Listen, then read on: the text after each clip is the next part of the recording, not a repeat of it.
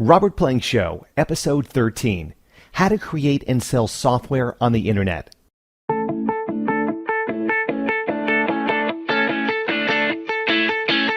It's insane. The nerds have won. 2 out of 3 richest people in the United States have one thing in common. They built their massive wealth by creating software. Hundreds of software multimillionaires have built their software empires by following the same pattern over and over. They develop a hot idea for software, transform these ideas into best-selling software, and then rake in truckloads of cash by offering it to millions. But you're asking, what does that have to do with me? If you've dreamed of building a business that can stand the test of time, that can deliver consistent massive profits, and doesn't take a genius to create and maintain, then your dream can now be a reality. Others want you to think that developing software is too hard or too expensive. They want you to believe that software development is only for the elite, the super smart, or the super powerful. Today you're in luck because we have internet marketer and software developer Robert Plank on the line. And if there's one thing he knows, it's software. Robert's secret to creating massive software profits boils down to 3 simple steps. Step 1, get a killer software idea. Companies spend millions of dollars engineering processes to generate software ideas. What a joke. All you need is a system that consistently delivers hundreds of software ideas to your doorstep, day after day. Step 2, build the software using a time-tested, proven blueprint. You've seen it, software that just plain sucks. It sucks because someone forgot to use a time-tested, proven system for designing their software. They get lazy, and guess what? You pay for it. All you need is a system that gives you the step-by-step blueprint that delivers great software every time. And step 3, make the software available. Every year, software companies like Microsoft, Google, and Apple spend millions of dollars promoting and marketing their software. What? Are they crazy? Yes. All you need is a system that delivers proven strategies to generate massive low cost and free exposure to your software and techniques that get people to buy right now.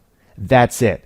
3 steps stand between you today and a software empire that could have your name on it tomorrow. The formula doesn't require you to be a software programmer. In fact, I hope you've never seen a line of code. In the next 30 minutes, you could have, in your own 2 hands, a step-by-step formula for churning software ideas into software gold. So close down all distractions and get ready to welcome our keynote speaker, Robert Plank, the man, the myth, the legend, to today's exciting installment of The Robert Plank Show.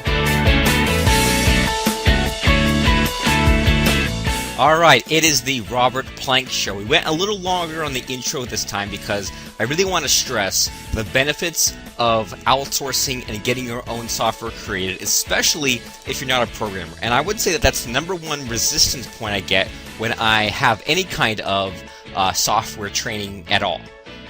Where people say, you know what, I'm not even going to worry about software, I'm not a programmer, I'm not a coder, I'm not a geek, but you're really limiting your own income if that's your point of view. Now, it is possible for you to understand certain things about software, certain things about managing coders, and then you go ahead and hire coders and let them do the grunt work, the leg work, but you plan it out. And in the same way that you might get an information product created or ghostwritten where you create the table of contents, you decide what should be covered, and then you let them do the dirty work. Where you might outsource articles, and if you just go and say, oh, here you go, here's a few $100, go ahead and create 100 articles for me, you don't know what you're going to get back. But if you did the keyword research for them, if you decided, well, here are the titles of the 100 articles, here are the points I want you to make, then you're going to be a lot happier with what comes back. And the same is true of software.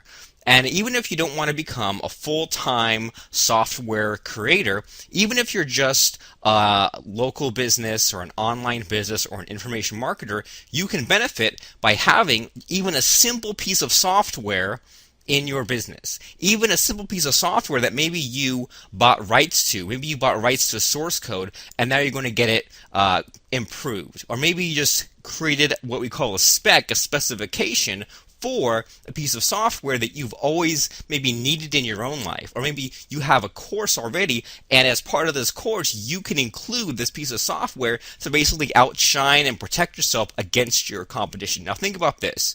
Whatever information or course or membership site that you're selling, there are a few levels about it, right? And so let's just say that the first level is just creating an information product. You say, well, here's my report, or here are my videos on, let's just make it how to create a Facebook fan page, how to advertise on Facebook. Now that's one thing that you might decide to talk about, right? And that's a product right there. But now let's take it one step further and let's make it a how-to product, right? A product where you take someone from point A, which is in this case not having a Facebook fan page, to point B, which now is you have a Facebook fan page, you have Facebook ads, you have this whole entire business where your leads come from this popular website.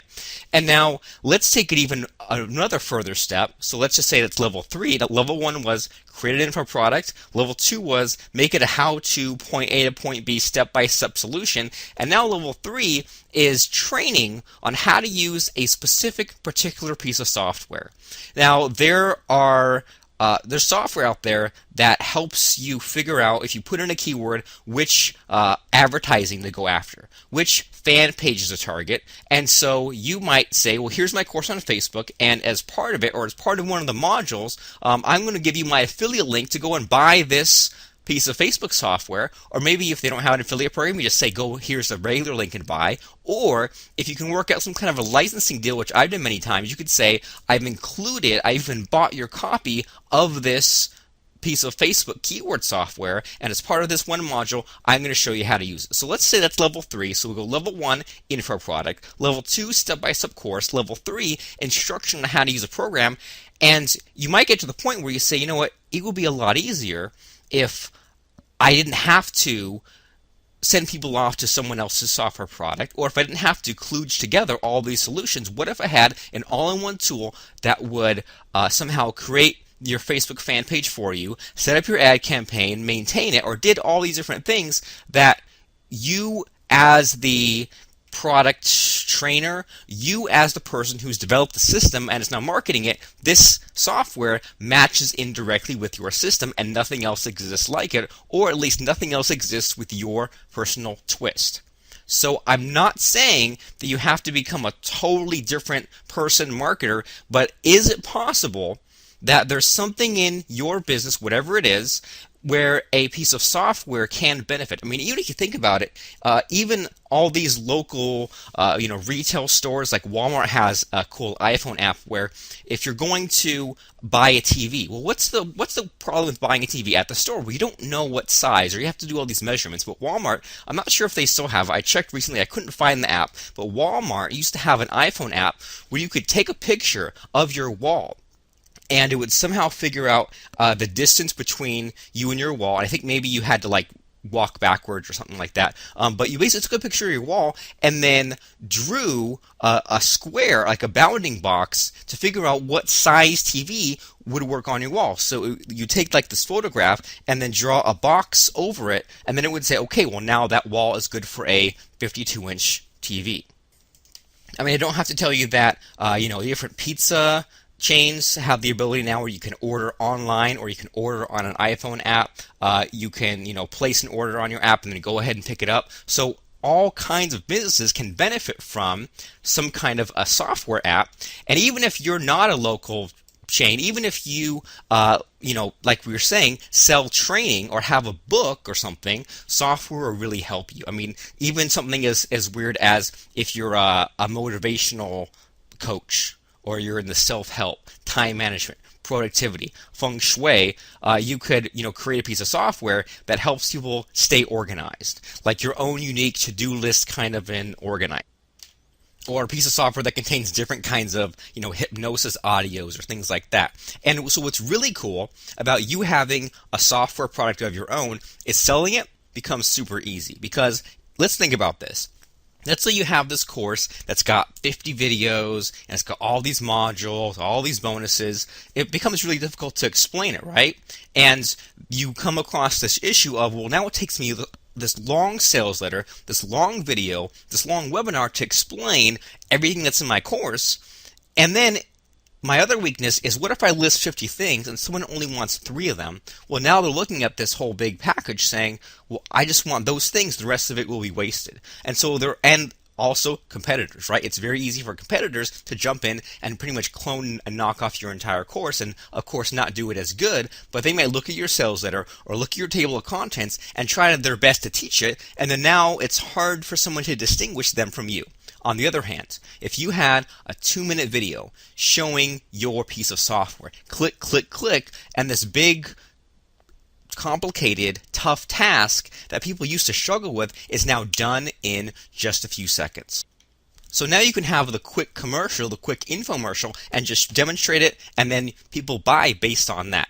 And even if the piece of software has already been created, you can add your own unique twist. So I'll give you a few examples. For years and years, I've sold what was at first a PHP script, which is now a WordPress plugin called Action Popup. And it is a web page pop-up tool. You can pick any web page that you have and then add this thing where it dims down the screen and puts a box in there, and you can put in a video, link to a website, or an opt-in form. And Action Popup is the first, and there are a few now as well, but it's one of the very, very few that's designed specifically for email opt-in forms. So what do I mean by that? I mean that if you have a pop-up, you pop this thing up and it says, fill in your details to join my email newsletter. With most pop-up software, it was really annoying because it would take someone off of your web page. And this was the first and only plugin where you could put in an email opt-in form, and it was smart enough to submit this in the background, and so this pop-up would come up, fill in your details, hit the button, and then it would fade out, and people would stay on the exact web page that they had been on without any fancy programming. And there were other things too, like I could make it where the pop-up wouldn't let people past. Right? And so people had to submit their details, and all these cool little, twists and hooks that other pop-up creators didn't think about because they were all egghead programmers. They didn't actually use the thing that they were talking about. Backup Creator, right? It is a tool, a plugin that backs up your entire WordPress blog, including the plugins, content, files, videos, all that stuff.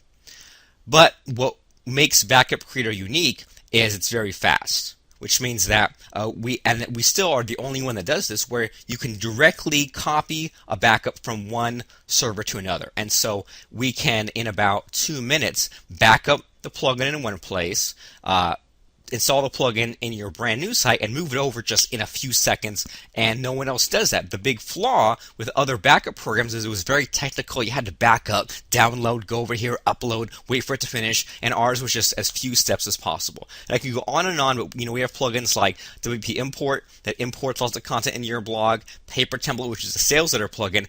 And what happened was, we weren't the first backup plugin. We weren't the first sales letter plugin. I even didn't create the first pop-up software, not by a long shot, but I noticed a gap in the marketplace. I noticed a way where I could put in my own unique twist, and I'm sure that you can think of different ways that you can do this as well. One of my mentors, Armin Morin, created a piece of software a whole lifetime ago, which was an audio player. And you could record an audio for your web page, put it online, have one of those little buttons, and the irony of it is, if you're a programmer, it takes about 5 minutes, if that, to make it, but it's a solution that people are willing to pay hundreds of dollars for, or willing to pay 20, 30, 50 bucks every single month just to have the ability to have a button on the web page. The same is true, with like video players, things like that. Someone else who I like a lot, Russell Brunson, had different kinds of software, and one that comes to mind was called Zip Brander. And this was where you could, back in the day, not everyone had unzipping software installed. So maybe if you sold a series of PDF documents, or you're in a piece of software or anything like that, and you had to zip it up, put it in a little package, then you could bundle your own unzipping program and put in a little ad there, so that maybe you could have an upsell to some other product you sold. So all these little, cool little twists to things that already exist out. So we have a lot of things to cover today, not a lot of time to do it, and software comes down to three components. Number one is to get an idea for your software. Number two is to create a spec, a specification, a blueprint for what the software is going to do, look like, and all those kinds of things. And then finally, put it out in the marketplace and sell it. So first things first, how to get different ideas for software. And I hope that maybe you have an idea already, but if you don't, well then I think honestly that there are probably about 4 different types of ideas for software. And let me just give them to you all and then we'll step through each one. First of all, a better solution to an existing problem. Number 2, to simplify an existing process. Number 3, to combine multiple existing solutions. Or number 4, an add-on to your existing product or course. So a better solution to an existing problem. So let's say that there is some kind of a payment processor or an affiliate program or some kind of a online service, and you can do a better job. So for example, there are several different services that allow you to run webinars, right? Streaming video over the internet.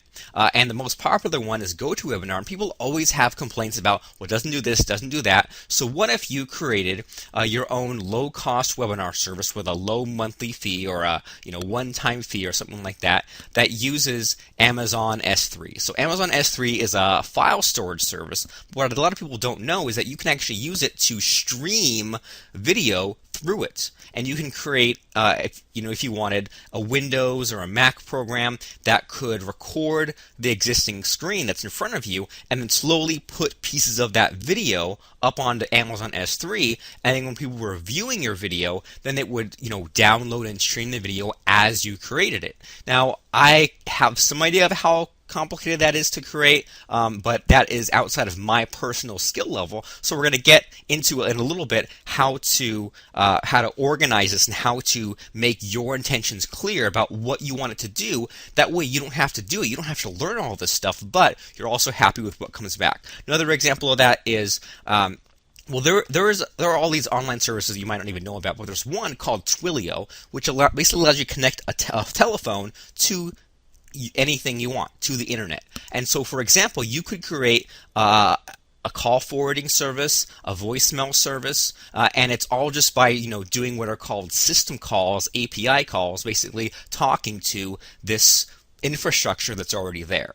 And so, one thing that might be kind of cool is for also based on Twilio, I have a friend. His name is Chris Brisson.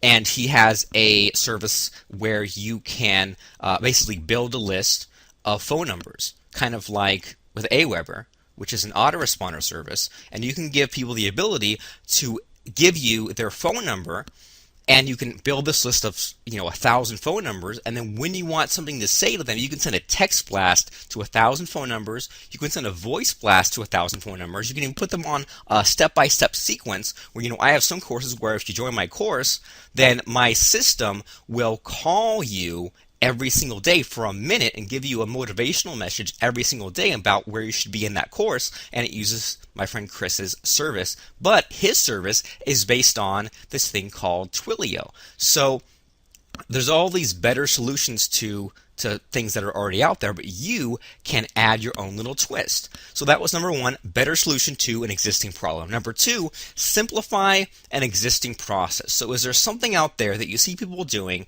over and over again that could be simplified? And so, you might see different tools that maybe publish content online. And someone I want to mention in a few minutes is a guy named Joel Spolsky. He has all this cool blog called Joel on Software, and he had a program called CityDesk where you basically could do just that. You could run a website, kind of like how we do WordPress now, and organize all this stuff, and it would just put the whole website online. There were templates. You could manage everything from this program. And so instead of having to upload files or learn HTML, learn graphics, his desktop software would do all that. And so I'll give you a freebie right here is think about maybe at the step, if you know WordPress or things like that, the process of putting a video, recording a video and putting it online, putting it on WordPress. There are a lot of steps there. There's 5 or 10 steps. You might have to use 3 or 4 different pieces of software. One to record the screen, one to convert the video, then you have to go and find a video player. What if you created a plugin that installed on a WordPress blog. You could click a button and then it would record the screen like it would install a Java program or something. It would record the screen. As soon as you're done, then it would save it, put it online, put it on the video player just in one click. That would be awesome. At the time I'm recording this, nothing like that exists, and that is simplifying an existing process. So something that might take several steps, you just do it in one step. So something kind of similar to that is number 3, is to combine multiple existing solutions. So in the second type of software idea, we talked about simplifying an existing process. Something that maybe used to take 10 steps, you can combine into one step. And so what if you could already accomplish those steps, but you had to join together all these different tools? And so a good example is, one of my good friends, Robert Vance, wanted to be in the niche of WordPress security. He knows a lot about, locking down a web server, things like that. And that's a subject where people need to know, but he just had training. It was only how to lock down your web server by making all these changes. And people saw that and said, well, I don't want to have to do all this work. Can't I just push the button and do it? So what I said was, well, can you create a WordPress plugin that will secure any WordPress blog? And he said, well, there are already things like that exist. And I looked at it and I said, well, the flaw here is that in order for someone to actually fully protect a WordPress blog, they have to install 5 different plugins. Now, they're all free plugins, but you have to, install all of them and tweak all of them. What if you had an all-in-one solution where they could just install your one plugin and they would lock it down and it would do all the stuff that maybe you normally do to check out your blog, but now it's something that you use. You're eating your own dog food, to use another programming term, where this is a software product that you actually use on a daily basis, that was holding up your business, that was causing you extra time, and in order to get a productivity boost, you had to create this plugin, and now people can just also buy the plugin. Another idea for you here, another freebie, is the process of creating a podcast takes a lot of steps. Once again, I have to record the audio, I have to convert it, I have to add tags, I have to upload it to a file storage service, I have to then connect a WordPress blog post to that podcast. I would love it if there was just an all-in-one tool that where maybe I could click on create new podcast, I would type in the name of the episode, and it would ask me for whatever tags. I click a button, it would record it, it would save it, it would upload it, it would create a new blog post, and maybe I'd have to save a few passwords in there, but it would just be awesome if there was an all-in-one app or an all-in-one desktop program that would just interface with all these different services that I use to host a podcast. A final one for combining multiple solutions is another area I have difficulty with is creating graphics. And I don't really trust a lot of people to create graphics for me. I'm not the best with graphics. Sometimes I have to create stuff and come back and look at it. And there have been banner generators in the past, logo generators in the past. But what I would really like is a graphics generator, like a cover generator, where maybe you would have several good-looking templates. I can just pick the one, put in the name of my product, put in the different details, and this cover generator could create a book cover for me if I wanted that, a CD cover, a cover that's compatible with Kindle, one that's compatible with CreateSpace, one that's compatible with Kunaki, one where I could just click and apply your template, and now I could use that artwork on all these different services. So these are all real things that personally I would love to see made. If a solution already exists, go ahead and let me know by going to robertsplankshow.com. That'll take you to our Facebook fan page and just post on there and let me know if I can get any of these software products, even if you created them. I mean, that would be even better, a great way to promote your own software product that you had created. And finally, an add-on to your existing product. And so I gave that example of Facebook software. And so Lance Tarmashiro and I created a course a few years ago called Set Up a Fan Page. And this was basically a course on how to set up a fan page, get fans, create content, get advertising, and we weren't the first fan page course, and we weren't the last, and many people who came after us outsold us because they bundled Facebook software with their course. A Facebook plugin that, for example, if you've seen these, what are called fan gates, where you try to go to a fan page and it says, before you can even look at what's here, you have to click the like button, or maybe you have to sign up for something, and then you can get access to this fan page. And another thing is that with these fan pages, you can create custom backgrounds or custom header graphics, and so many people created, generators and software where it would create the perfectly sized Facebook background or Facebook header graphic for a fan page, and it would just simplify this process to get people to where they wanted to go, which was to have a fully functional, completed fan page, and then the software, these plugins allow people to do that. What about this? Another pain point is installing a website, getting a WordPress blog online. And many people actually create tons of WordPress blogs. I know some site builders that set up Amazon sites or AdSense sites or video sites every day, and sometimes they might need to set up 50 or 100 new sites per day. So what if you created some kind of a desktop program that would set up WordPress blogs, and in one click you could just even put in a list, say I want to create all these blogs on all these topics, and in a few clicks maybe you could set up the blog, put a theme on there, put the plugins you wanted, and then grabbed different pieces of content or dripped content. That would be amazing. So there's lots of possibilities there, and so the different types of software ideas that I've given to you are, number one, a better solution to an existing problem, right? Like a webinar service that uses Amazon S3. Number two, simplify an existing process, for example, a WordPress screen capture plugin.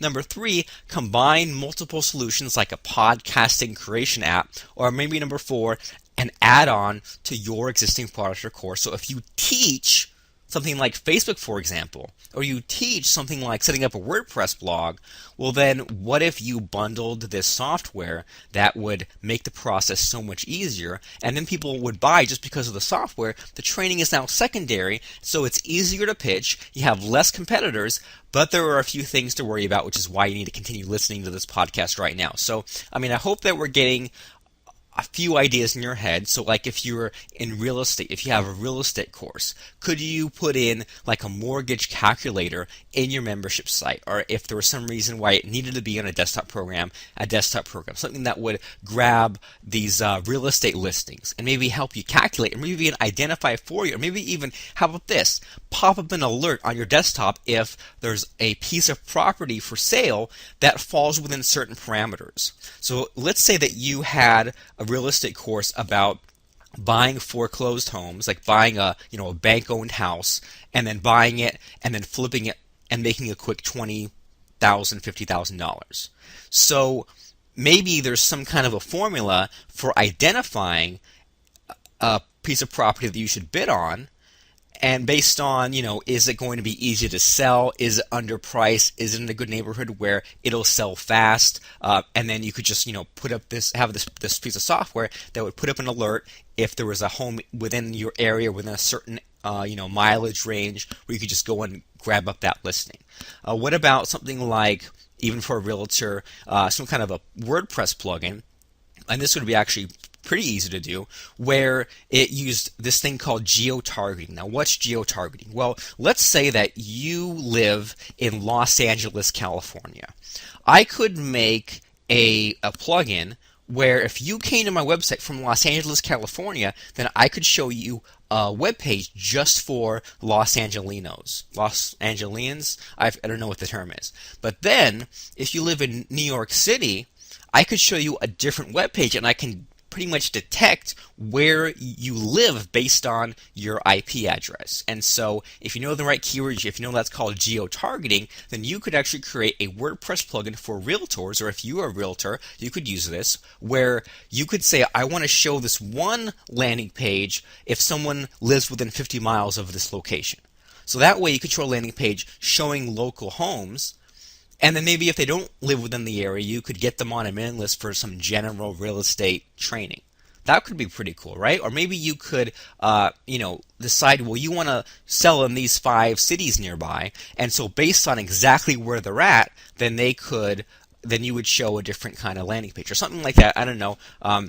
you could personalize or customize things. Maybe you could make a plugin that manages multiple real estate listings, or manages the images and the videos and the the normal things that you would list in a when selling a home. I mean, you can make a real estate WordPress theme. I've seen WordPress themes specifically made for restaurants, specifically made for doctors and dentist office, where it was built in where you could make a reservation for that restaurant. You could book an appointment with that doctor, and even had the follow-up. And this is all just a WordPress plugin. So, what if you were in weight loss and you somehow created once again, either a desktop program or an iPhone app or something in a membership site where it walked someone through a 30-day meal plan? And I'll give you another example, is that a few months ago, I bought this thing called the juicer, right? It's not a blender, but it's a juicer where you can just, throw in an orange, and then out comes liquid orange juice. Throw in an apple, out comes liquid apple juice. Not blended together, but just the juice part of it. So that was kind of a cool thing. And so what you can do is, if you want to lose like a pound a day, you can switch to only drinking these kinds of juice, and you can literally drink 10, 20 apples in an hour, just by downing these glasses, and get all kinds of your nutrients and all that. And if you have a lot of vegetables, well, you can get full from the vegetables, but then the idea is you just taste the fruit, so it doesn't taste like you're drinking a tomato or drinking a cucumber. And so there are all these different juicing recipes. And you know what I would love? A 30-day software or membership site where it would kind of walk me through, based on my tastes, just different kinds of things, different, like spicy drinks, fruity drinks, just so I could figure out, well, what are my favorite juicing recipes? And, I could just, you could just tell me ahead of time, well, what fruits and things to buy at the grocery store, and I would just blindly go through these 30 days and maybe even rate my favorites kind of juices. So at the end of these 30 days, I could know, like, what are the 10 juices that I want the most? I mean, I would pay a couple $100 for that, to be honest. Even things like, well, if you had your own special weight loss plan, something just for people to track their weight, track their meals, track their exercise, a calorie counter. And there are a couple of iPhone apps for this, even ones where it's even built in where you take pictures of the food that you eat. And so there's actually been studies showing that if you take pictures of the food that you eat, you'll actually lose weight because you won't eat disgusting things. So different things like that, where you can have a lot of fun and still create simple software. A good friend of mine created a time management software years ago where basically you would list the tasks that you had to complete and estimate how much time each task would take, and then when you actually went to accomplish those tasks, the software would count down, and then at the end of the day or at the end of the week, it would give you a report of how well you did, which task you finished, which one you didn't do, which ones took less time, more time. It was pretty cool. Now, what if you created a hypnosis software? And I've seen a lot of people who sell hypnosis audios where you can listen to an audio for an hour and go to sleep instantly, or improve your focus, your energy, your memory, overcome fear of driving, fear of elevators, fear of clowns, all kinds of crazy stuff. But what if that was all bundled into one software package? And you could just say, well, I want this, this, this. And maybe, I don't know, blend them, or maybe even customize them. Now, what if there was, and I don't know if this is possible, but what if there was a software where I could record specific things that I wanted to maybe remember, or things that I wanted to keep in mind, or to motivate me, like, let's say that there was a hypnosis on confidence, increasing confidence, and I wanted to record things like, well, I want to be more confident when I speak on a webinar, or when I speak on stage, or when I, go out on a date, things like that, and I could maybe record those, and it could somehow like mix my affirmations with the audio. I don't know if that's possible. I don't know if that's a thing, but that would be an awesome piece of software. Now, I mentioned dating. There's all kinds of cool possibilities for dating software, and you might think of things like Match.com or eHarmony. That is a little too big of a scale. One thing that comes to mind if you were going to create a dating software is, I don't know if you heard of this guy Tim Ferriss. He has a few books. One's called The 4-Hour Work Week, and he talks about time management, outsourcing your life, having this cool lifestyle. And one thing he did was he outsourced his dating. And so what he did was he joined a few different dating sites, and he had an outsourcer, I think, even create his accounts, create his profiles, and he said, here's my calendar, just fill up my calendar. I want to go on a different date every single day of the week, and then I'll report back on, who I want to see again, or if, and make the future plans, and then you figure out, send flowers or send a note afterwards based on how the date went. But I mean, pretty cool idea, right? And so if you think about the pain that goes with things like online dating, like, creating the profile or figuring out just all the time management, what if you had some kind of a service where you said, well, I'm going to join all these dating services for you, and then I'll create the profile based on what you want to say. I'll, sex it up a little bit, pun intended, and then I'll even, figure out, who you be matched to, and then I'll just simplify it and arrange the dates for you. That would be pretty kick-ass, and if you think that sounds like a lot of work, well, then charge more for it. Charge whatever you think it's worth, and if you had a piece of software that could somehow go out and create the profiles, or interface with the outsourcers, that might be a little too grand scale, but I mean, there's always something that software can apply to. And just look at the different iPhone and iPad apps that are out there. I mean, there are apps out there that'll help you learn an instrument, but not in the way that you personally teach it, or not with your own unique twist. Even if you want to keep it really simple, I have a plugin called WP Notepad. It's at WPNotepad.com, and that will allow you to create fill-in-the-blank forms for your membership sites, for your WordPress sites. So let's say that you had a real estate course, and you had different legal documents, like a lease or an eviction notice form, or just things like that, where you had to fill in the blanks. Well, our plugin allows you to type in, or it asks you these questions, and then it generates a whole form for you. So lots of really cool ideas, and I mean, software can be as simple and as easy as just creating an audio button. And there's a couple things I want to warn you to stay away from. So stay away from big games. I mean, games sound like fun, but games end up being a big pain in the butt to debug and get all the kinks out. Another thing to stay away from are the software that's mass market. I mean, you should be just dominating a tiny, tiny little niche, right? I mean, we've been talking about self-help, dating, weight loss, different WordPress plugins that accomplish simple things. But if you go out there and say, you know what, I'm going to create a word processor. I'm going to create the next Gmail. I'm going to create a video editor. That's a little bit too taken over. I mean, you don't want to have to go up against Apple, Google, Microsoft. They're in their own area. They're in their own space. They're never going to drill down into the tiny little mortgage or dating niche that you want to get in. So you want to create what I've called, and I've heard other people call, simpleware, right? We have software, but if you think about this term simpleware, we just want to create a simple software product that solves one thing: tracking your weight loss, importing content, playing a video. It solves one simple thing. Now, why? Because it makes it easy on you. You don't have to make some big grandiose thing that takes years and years to create, and it's easy to demonstrate and easy to sell a bunch of copies because it's simple. And by the way, I know we're running a little long on time, but we have a lot of stuff to cram in, and I want to send you over to a webpage called softwaresecretsexplained.com. That's softwaresecretsexplained. And when you go to Software Secrets Explained, there's a $50 product for sale there, and it contains a report, a video course on how to create and outsource your software. And the most important part of this, after you have your idea, is to create what's called a software spec. Okay?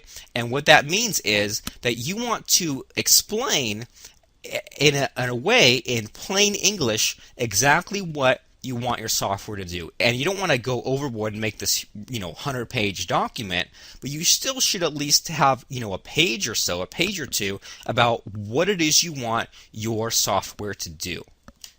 And you might actually feel like you're doing some of the programmer's job for them, and you'd be right. But here's the thing, is that you are the creative brains, and you are the idea person, and you know what you want. you know what you'll be happy with. Your programmer is not a mind reader, so it's better for you if you make those tough decisions early and just map out for them this simple piece of software that you want to create. And what you're paying for when you get them to turn that drawing and that English terminology and all that, those sentences into programming code, you're paying for them to duplicate what you've explained, and you're paying for them to get all the technical stuff figured out and get all the bugs out. So I used to be a freelance programmer, and I was always frustrated because people would tell me what they wanted, and I would always say, draw me a picture, write something out there, use Microsoft Paint, or draw on a piece of paper and scan it. No one ever did, and then they just expect me to create the interface, and then they'd be unhappy with it, and we always have to go back and forth, and then finally I would have to do what I felt was doing their job for them. So, I mean, you need to figure out the interface. And hopefully the thing that the software that you have in mind, you can picture in your head what you want it to look like, and there are already competitors, so you can go out there and download those apps or install those WordPress plugins and figure out how they've arranged it. But of course, you don't want to have an exact knockoff. You're going to have your own ideas about how things should be arranged. So maybe you say, I want to have this button here, I want to have this text box there, and it's up to you to design the user interface any way you can, even if it's drawing it on a piece of paper. So there are a few tough decisions that you need to make early on, and I'll list a few for you right now. First of all, what platform will it be on? Number two, what data structure, how you store your data. This might mean a few technical things for you, but you don't have to go as far as knowing coding, but you do need to know enough to be dangerous. Number three, user stories. So what will a user actually see as part of your software program? And your non-goals. Now, what's a non-goal? Well, it means what won't the software do? So whenever you make software, you're going to be tempted to add and make it this crazy thing, but you're going to really have to be a little counterintuitive and force yourself to make a simple piece of software that maybe doesn't do everything you want to do eventually, but maybe keep those in mind, but you want to create version 1.0. And the reason for that is this thing called the Iceberg Principle. And if you look at, an iceberg, I've never seen an iceberg, but I've seen them on TV. We've all seen the movie Titanic, things like that. And the thing about an iceberg is, well, the term berg means city. So it's like a chunk of ice that's as big as a city. The problem with an iceberg is you only see the tip. So a boat's going along saying, oh, we'll crash on this tiny little thing. But what they don't see is that 90% of this iceberg is underwater, and they're about to just collide with an island, basically. So the Iceberg Principle means that you only really see 10% of software, right? You see the fun stuff, like when you get the first version of it going. But the 90% is debugging, getting all the kinks out. And if I don't know, how old are you or how long you've been using a computer, but if you remember earlier versions of Microsoft Windows crashed all the time. Like Windows 95, 98, 2000. I mean, you'd have to restart your computer every day and blue screen. I mean, even modern computers still blue screen. Even my iPhone, iPad every now and then crashes, or an app crashes, or a web server crashes. So that's where most of the elbow grease goes into, is just taking out these bugs. And so that's why you need to have the most simplest version 1.0 possible. Okay, so let's go over these things. What platform will you run on? I mean, this is a very basic question, but you'd be surprised how many people just don't know. So this idea you have, well, is it going to be web-based? Is it going to be a membership site that someone logs into? And if you can even say, I want this to be compatible with WordPress and Wishlist Member, that's even better. Right? So is this going to be web-based, or will this be a WordPress plugin? Like, is this going to be something that people install on their websites themselves? Is it going to be a desktop program? And if so, well, should it be coded in .NET, which means that it can only run on Windows, or should it be coded in Adobe Air, which means it can run on Windows and Mac, although people have to install this thing from Adobe? Or should it be an iPhone app? But either way, you need to know very first thing after your idea is, where will it live? Where will it exist? And that way, now you can figure out the interface. So, I mean, as someone who used to be a programmer, the one thing that I would have loved seeing is just when someone installs this plugin or this program, what's the first thing they see? What's that screen? What are the things there to fill in? And then what will really help you is, and this might be a little bit beyond your abilities, but as best you can, what is the data structure? How will the information be stored? And so I'll give you an example. If you were designing a membership plugin for WordPress, well, you'd have to be thinking, well, we need to store the list of users somewhere. We need to store the list of levels somewhere. We need to store the list of users and levels. So you need to have an idea of what will be stored in the database.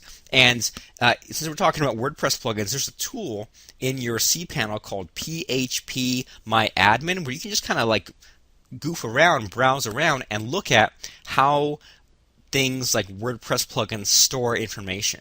And so this is not required, but it'll really, really help you to figure out how does an iPhone app store information? What's the structure? How does a WordPress plugin store information? Because that way, I mean, even if all you did for a software spec was draw out the interface and then figure out how things are going to be stored, that would be a huge, huge help. And maybe a programmer would look at it and say, well, I would change this and this, but if you knew a little bit about the data structure, I'm not saying coding, but if you just knew how things were stored, that would really go a long way as far as you planning out your software project. And so I'm just always surprised and amazed at how many people don't know that software architects exist, right? I mean, you have like the managers or the marketers, you have the coders, but then when you're dealing with in corporate America these teams, you might even have a person in the middle, a software architect, who doesn't even know how to code, who doesn't even know marketing or any business stuff, but can draw out these maps, figure out the data structure, and say, well, this is a way that makes sense. Here's how to do this interface in a way that makes sense, that people will understand. It's intuitive, doesn't require a VCR instruction manual, it'll just work. So if you can figure out the data structure and how to organize different things that are stored, that'll help so much. Not enough time to go into it in this call. Now, the next thing that's really important, though, is a user story. Right? So it's one thing to draw out what it will look like and even how we'll store it, but then what activities can a user take once they use my plugin? And so what you're going to do is just kind of tell a different story about, well, what might someone do with my program, right? So this WordPress membership plugin, since we're on that topic, story number one might be, now that it's installed, I want to create a new membership level. So you would click on this tab, fill in this box, click Save Changes. Maybe another story is adding a new user as the site administrator. So then I would go click on this tab, fill in this, choose that, save it. That's another story. Maybe then someone might join the site, right? And they would click on this button, click on that, fill this in, click on the button, they'd be sent to this page, they would see that, and you just get it as detailed as possible where you explain what someone will go through, what steps they'll go through in every possible scenario. So you might have, 5 or 10 user stories, and I'm just talking about just simple like bullet point lists about they do this, they do this, they do this. Here's a user story about how I will delete a user. Here's a story about how I will create a payment button for that membership site. A user story about how I will give a user a certain access to content. This is so important because just by explaining this, well, now someone can see, well, based on the interface that you've talked about or drawn out, here's how someone will use it. And once the software is done, you have all these different tests for debugging. And you can say, well, I've got my 5 user stories. I've explained the interface, how you'll store it. You come back to me with a version 1.0, and we'll just run it through these tests. And if it behaves as we've expected it, well, then that's great. Now we know that we have a workable product. Now, of course, once you put it out in the real world, people will inevitably find ways to break it, and you go back and make version 1.1, 1.2, and improve from there. And then we have non-goals. We have the things that are in version 1.0, so you might even list, well, this program will do this, this, and this, right? Well, we got a membership plugin. You can manually add users, delete them. They can sign themselves up. But for now, for this first version, we will only process payments from a PayPal payment processor, and we will only run this membership plugin to have one membership level, not multiple levels. But you make it a point to point out that in the future, we'll have the ability to store multiple levels. And the reason why you point this out is because when you're planning your data structure or you're working with a programmer to figure out how things will be stored, you'll kind of think ahead in the same way that maybe if you're building a house, you might put all the bathrooms on one side of the house because the plumbing makes sense that way, but maybe for now you can only afford to have one bathroom, right? To use a really bad analogy. But you're going to list your non-goals, things that you on purpose will not do. And so, I mean, for example, like all those membership things, or in our backup plugin, there were a ton of things we could have added in there, but we said, let's just sell this plugin on how simple it is and how, it doesn't do all the bells and whistles, because you don't need that. You just want to push the button, right? You want to be able to use it, and that's it. And then we'll be very careful in the future about adding those features later. And so let's talk about that for a couple of seconds. There's a book called Rework. It's a really easy read, but it's about, creating products, creating things for your business, solutions. And basically, don't add too many things. Don't make your plugin, your software, a Swiss Army knife. But when you talk to your customers, if you keep hearing the same thing over and over to the point where you can't get it out of your head, then it's time maybe to add that feature. Like if you create an iPhone app and you keep hearing over and over that maybe people running this calorie counting app want to check their stats or update their stats from the computer sometimes and log into a site or have a Windows program, maybe it's time for that to make a mobile and a desktop version. Maybe you want to have a feature where people can interact with other people, maybe some kind of social interaction or some social media, some Twitter, some Facebook connections to these apps. So you can always add things like that, things like licensing where the plugin or the app calls home, and that way you can charge for updates or charge for add-ons, or just have these anonymous statistics, and then you can say things like, well, 50,000 websites use our plugin. I've done things like that. And so the point here is that, there are things that you need to decide, make those decisions ahead of time, like what platform you're going to use, what data structure, the interface, user stories, and then your non-goals. And, there are people who explain this in a lot more detail than me, and I'll give you a couple right now. Joel Spolsky has a book called Joel on Software, and he'll sometimes kind of venture into the programming stuff. Don't let that stop you. Just kind of read it for what it is, and you don't have to be a computer geek to understand a lot of these, I want to say, like strategic management planning types of things with software architecture. The Mythical Man Month, an oldie but goodie, how to manage a team of programmers, effective programming, which is more about productivity hacks when figuring out software peopleware, and then kind of a weird one called Head First Design Patterns, which will just kind of help you understand some of these different ways to structure software. Once again, even if you're not a coder or programmer, it's still a good read just to understand how to organize these building blocks, so to speak, right? So you got an idea for a software, you got your specification. Now, how do you hire a programmer? How do you get a good programmer? And I mean, there are a couple things. One would be Odesk. So Odesk is cool because you can go to this, it's a job hiring site, and you can type in a skill.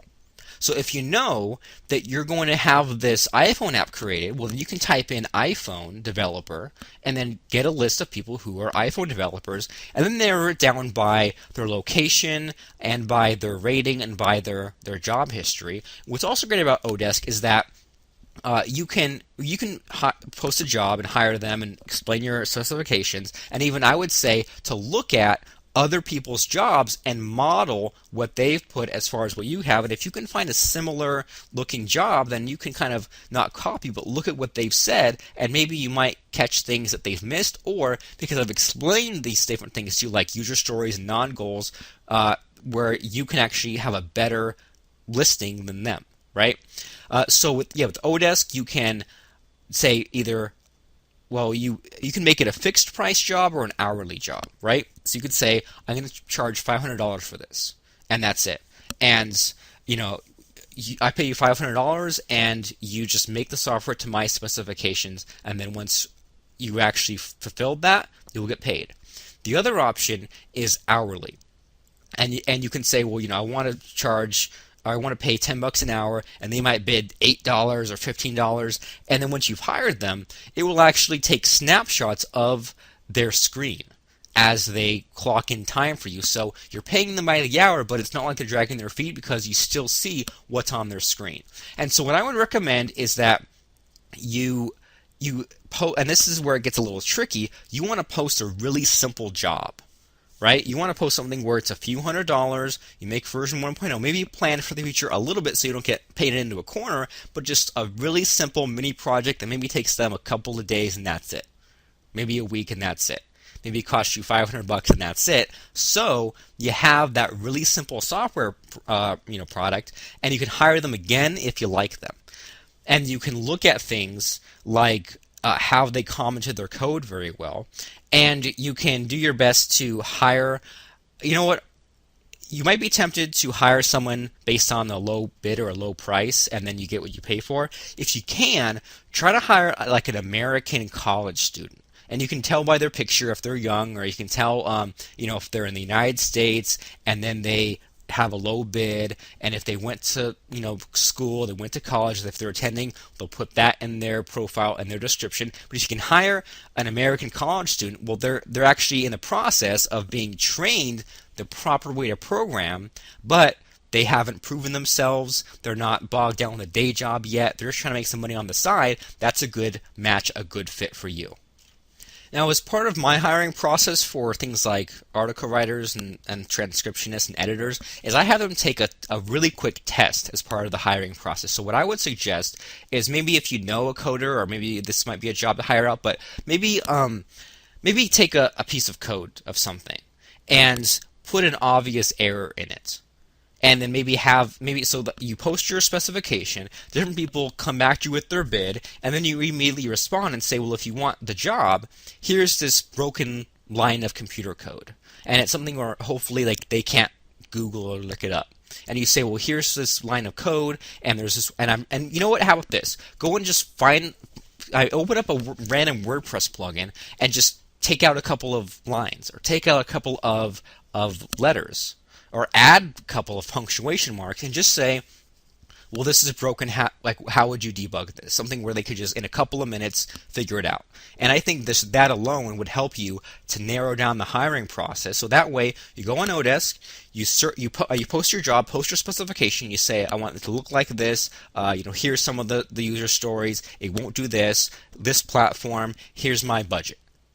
And you base your budget based on the other jobs, of course. People come back with their bids, and if they don't have enough history as you'd like, or if they're not, if they're in like some third world country, well, maybe not. Maybe if they have some good ratings, that could help. But if you can find a college student, great. Then give them this audition, this broken line of code, and if they can fix that easily, and I guess you'd have to have some way of seeing if they're right. But I mean, if you have enough of these responses come back, and if they're all pretty much the same answer, then they're telling the truth. Hire the first person to respond. There you go. So that would be the hiring process. But the key here is knowing what platform. Go on Odesk, type that in, look at similar jobs, so if what to have as your asking price, if the bids are good, and then you kind of have to take a little bit of a risk, but if it's good, then you can hire them again to add additional features. And it would be great if you could rehire the same person, because they know what they've coded. They don't have to go and figure out what some other programmer did. I mentioned Joel Spolsky earlier, and you know what, Joel? If you're listening, then email me, robert@robbertplank.com. You know what? Anyone who's listening, if this session, this training helped at all, any feedback, any comments, email me, robert@robertplank.com, or even better, go to robertplankshow.com and like the page and leave your comments there. We're going a little bit over time, but we're almost done, because what's so awesome about this guy Joel is he has this thing called the 12-point Joel test. And a lot of these things won't apply to you just because you're starting off with a programming team of one, it's outsourced. But if you're getting into software, these are all things to keep in mind. It's called the 12-point Joel test. And the more of these things that you can say yes to, the better of a programming process and an environment that you have. So I'm just going to go through them, and you'll take from it what you will. Number one, do you use source control? Number two, can you make a build in one step? Number three, do you make daily builds? Number four, do you have a bug database? Number five, do you fix bugs before writing new code? Number six, do you have an up-to-date schedule? Number seven, do you have a spec? Number eight, do programmers have quiet working conditions? Number 9, do you use the best tools money can buy? Number 10, do you have testers? Number 11, do new candidates write code during the interview? Number 12, do you do hallway usability testing? We'll just breeze through this. So source control. Do you have the ability for programmers to write code and fix different things and then check that code in? That way there's one central location where the software is saved. You don't have all these conflicting copies of software. Now, this is really important if you're dealing with multiple programmers working on the same project. Maybe you're not at that point yet, but if you ever get to the point where you have like a monster of a program or just kind of turn into this big thing, because what you can do is have out of this team, one person checks out code, like checks out the whole thing, makes their changes, and then checks those changes back in. That way people aren't overwriting different things, right? Can you make a build in one step?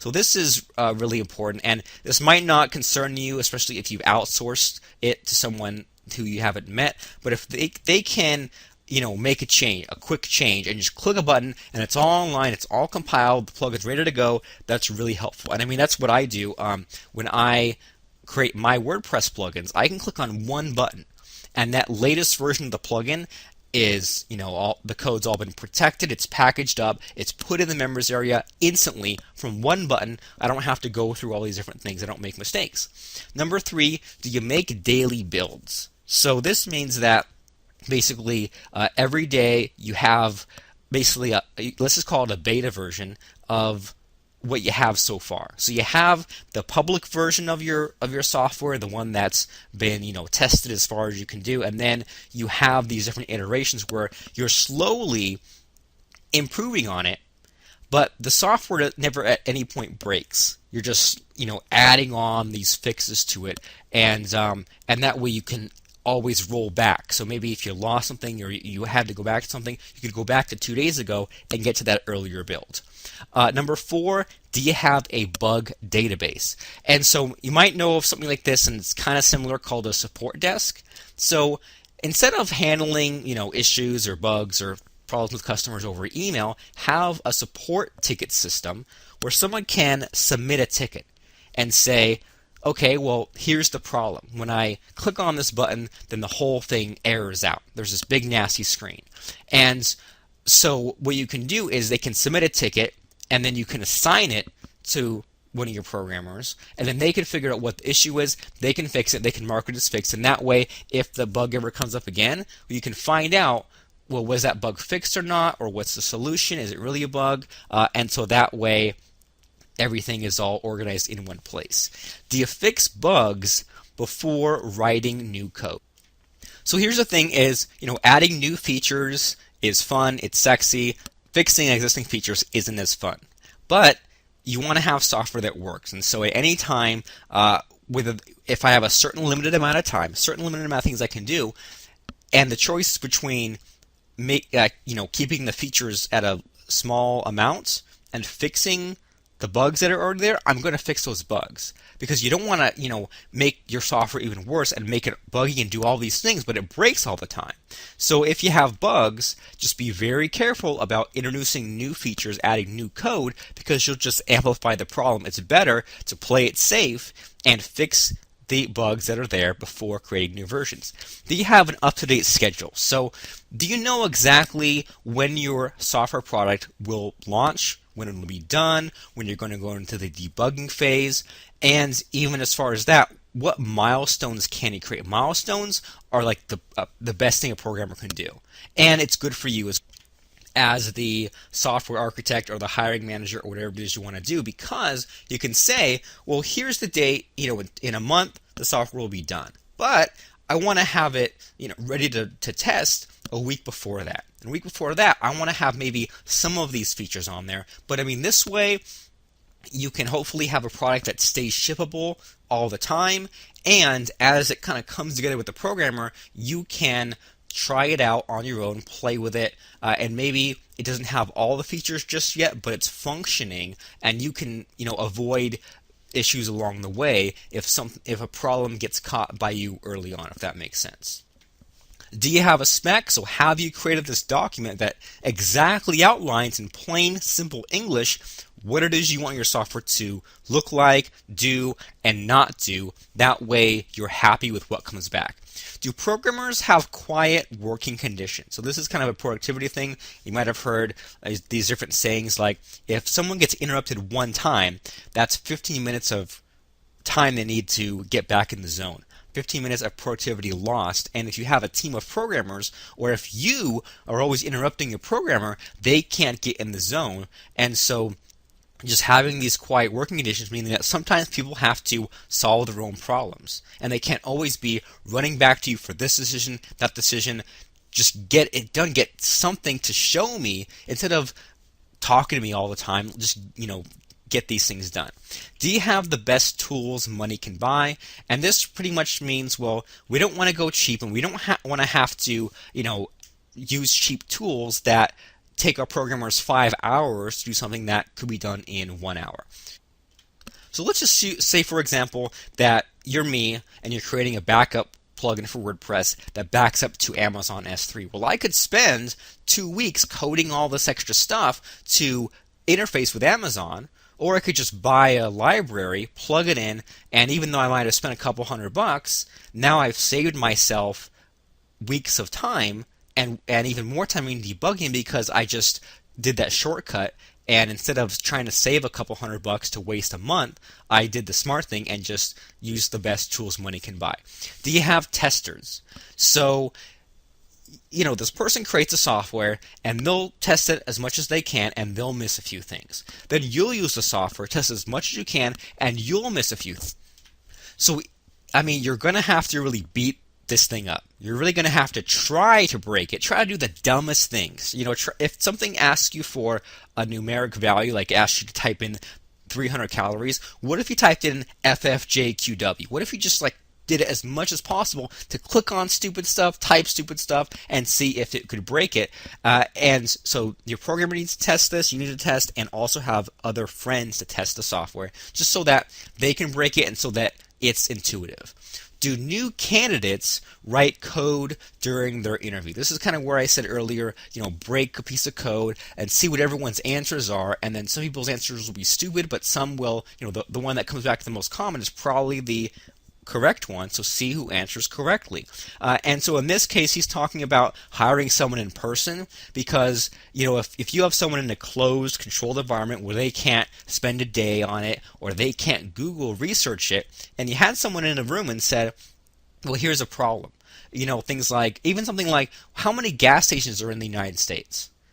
Well, I don't know. But if you're hiring a programmer, they'll make a guess. They'll say, well, let's see, there are this many states, about this many cities in the U.S., so therefore, if you want to have a gas station that has an average of 2 cars every 10 minutes, they might, figure out logically, based on this, my best guess estimate is this number of gas stations in the United States. You might ask different programmer questions. There's a site of Joel's called techinterview.org, where it asks things that you might not even know what mean, but you might ask someone, well, how do you reverse a linked list? How do you reverse a string? How do you sort a string so it doesn't take forever? And all these different things where you might have a whiteboard, you might have a programmer not code, but basically write out their logic, write out the step-by-step sequence, just so you know that they know how to solve these programming problems. They don't just copy and paste someone else's code. But this is why you can have the broken line of code, give it to your Odesk worker, and see how they fix it.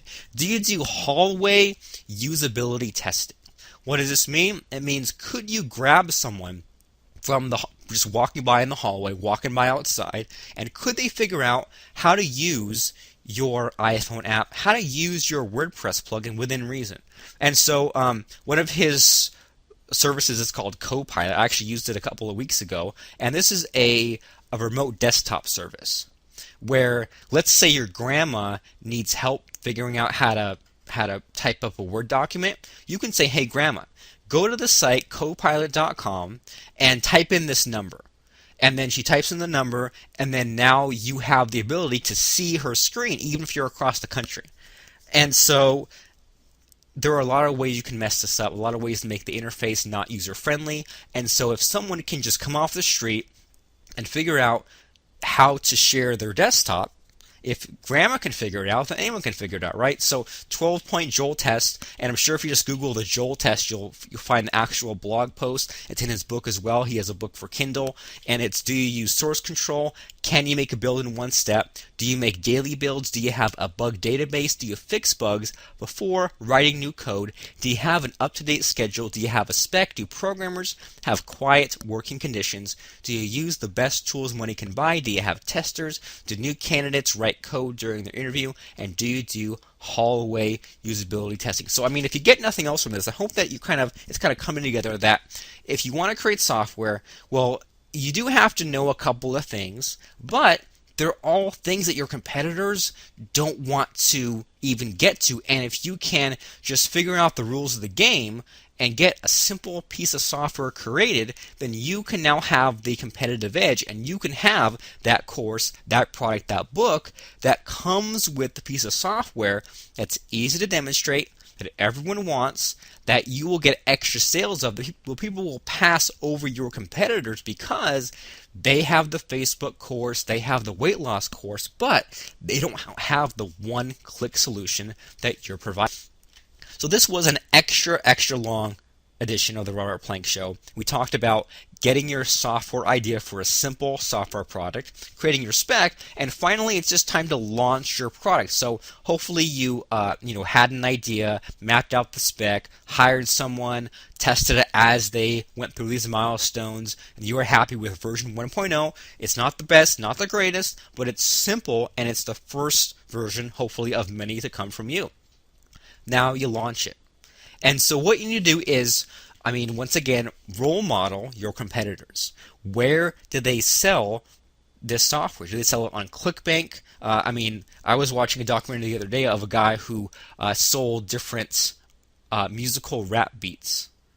Like if you wanted to make a rap song or instrumental music, you could just plug in his beats and create your own unique song. And so he got sick of teaching other people software and made his own software and then sells that on ClickBank. Pretty cool. So, Google your competitors, look for, where they're linked to. Are they listed on download.com? If it's like a mobile app, are they listed on the iPhone App Store? Do they have an Android version of their app? So, lots of possibilities there where I don't know what your situation is, but if you can create a software product that maybe installs as a Windows and a Mac, Android, iPhone, there's a web-based version, that's pretty cool. I'm just thinking of, software like Evernote, Dropbox, where there are so many different ways people can use the software, so many different ways people can discover the software. So, as you're Googling your competitors, look at things like review sites. Because here's an idea is, if you're going to try to sell a lot of books, for example, well, a good way to do that is look at people who review lots of books in that niche, in that genre, and then send those reviewers copies of your book. Well, it's the same thing with software. Who reviews your competitor's software, or who reviews software in your category, contact them, get them to review it. Look at how your competitors advertise. So, do they just do banner advertising, ad networks, or do they do things more creatively? Like, do they joint venture with different services, websites? I'll give you an example. There is a membership plugin that individually buy licenses to. So someone buys my membership course, and I go out and literally buy copies of this software from the vendor just to bundle it with my course. So can you do something like that, some kind of licensing situation? With iPhone apps, there's all kinds of weird, crazy stuff. Like you can literally pay different companies to get, say, 2,000 installs of your app. Because what happens is you might pay them like $1 per install, and then they might go ahead and that company might pay users 20 cents just for installing the app. So then they keep the money, but now you can just literally buy your way into these rankings on the App Store. There are ways that you can buy advertising in other similar apps. I play an iPhone game called Turf Wars.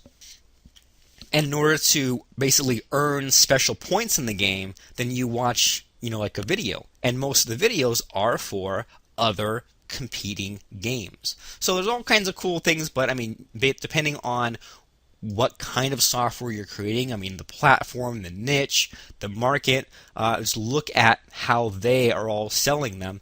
And there are all kinds of ways to make your product make you a lot more money.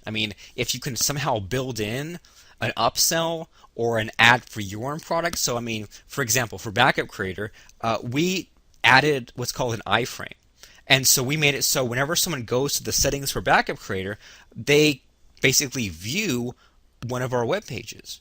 And I can make that an ad to upgrade to something else or for some other plugin. Well, that's cool. And there are different ways to make your software program go viral depending on what it is. I'll give you an example. Years ago, a friend of mine, Steven Schwartzman, had a plugin called WP Magnet where you could check a box and then it would promote WP Magnet with your affiliate link.